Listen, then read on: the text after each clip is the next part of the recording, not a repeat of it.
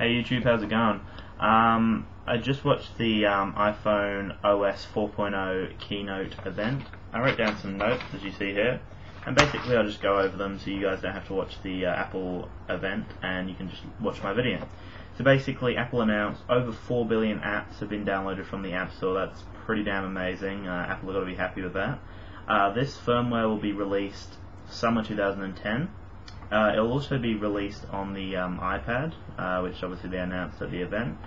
There's 1,500 new APIs, which basically is for developers. You guys aren't really going to see them, but it's basically just going to improve apps for you guys. It's going to allow developers to do so much more, and it's just going to make apps come out with more quality and so many more features. So that's great for developers and obviously for the users, for us, later on.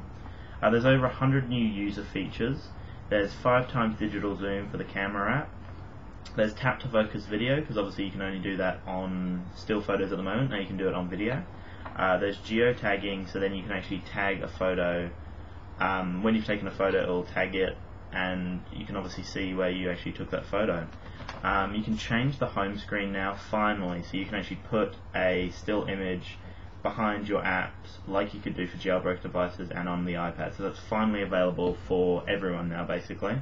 They've added this advanced spell checking kind of user interface when you're writing something out. If you screw it up, you'll actually have a few options to choose from to autocorrect, instead of just automatically autocorrecting, which is what happens now. And sometimes it'll autocorrect it wrong anyway, so it's really annoying, but now you actually have options to autocorrect, which is awesome.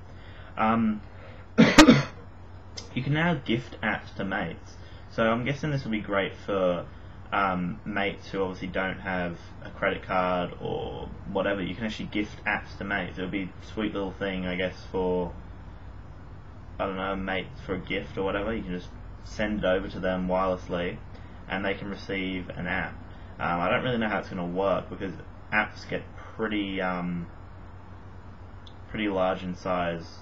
I'm guessing maybe it would gift over and then they'd actually have to download it from their end, which I'm guessing maybe. They didn't really go over it, they just said you can now gift apps to mates, so we'll obviously have to wait and see that. The biggest thing, which they covered so much and is obviously the biggest feature for me, finally added multitasking. Finally. You could do that on jailbroken iPhones and iPod Touches like 3 generations ago. They've finally added it for the iPhone. They've actually added it for the iPhone 3GS and through iPod Touch 3G, which I'll go over later. But multitasking is only going to be available for them 2 devices, and obviously the iPad too.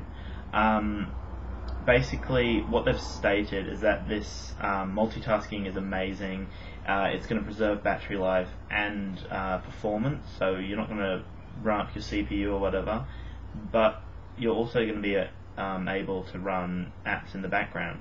So for example, I'll just quickly go over it. You can run tap tap, then you can switch to mail, check your mail, go back to tap tap, and it will preserve where you were in that song, have a countdown to start up the song, and it won't drain your battery because the app won't be running.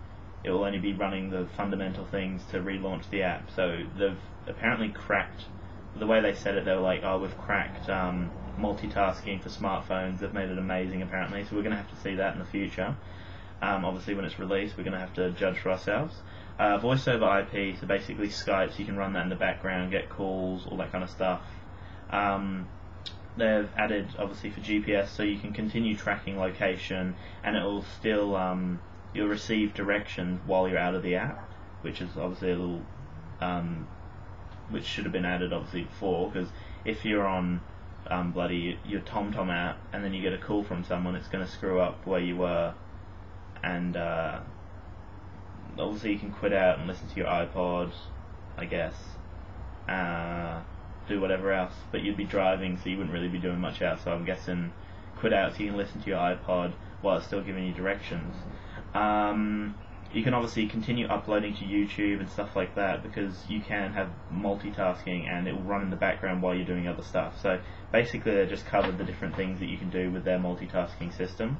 Finally added an awesome feature called folders, where you can drag an app over to another app and it will smart tag it And so, for example, you drag Tap Tap Revenge 2 over Tap Tap Revenge 3, it will create a folder and name it Games, for example. So it will smart tag it with categories, obviously, that you're naming. You can obviously rename that, add multiple folders, and basically the way they said it was, at the moment you're allowed 180 apps on your iPhone, but with the implementation of folders, over 2,000 apps on your iPhone, so that's great for app lovers like myself.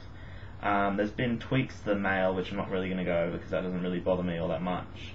Basically just improved mail, stuff that should have been added anyway, but basically they've just improved the mail system.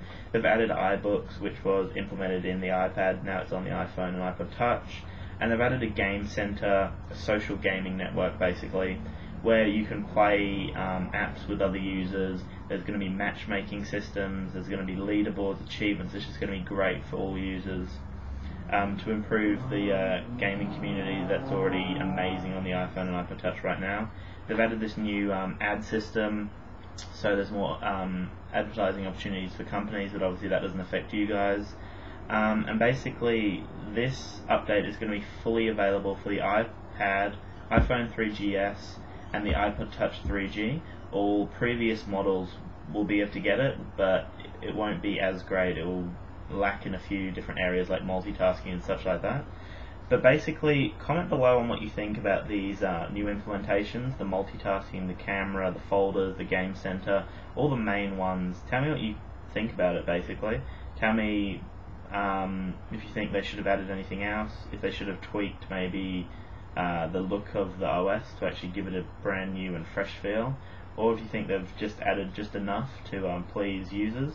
So comment below, like this video by just clicking the like button, which will be somewhere along the bottom of the video, and make sure to subscribe up there, so then obviously you can keep up to date with all my app reviews, tech reviews, any Apple related news like new iPhones, new iPod Touches, new iPods, anything. Subscribe and you'll obviously get updates on that. Comment below on any recommendations that I could actually implement and change to improve my channel. I love feedback. Give it to me. Just give it to me. That was a bit sus.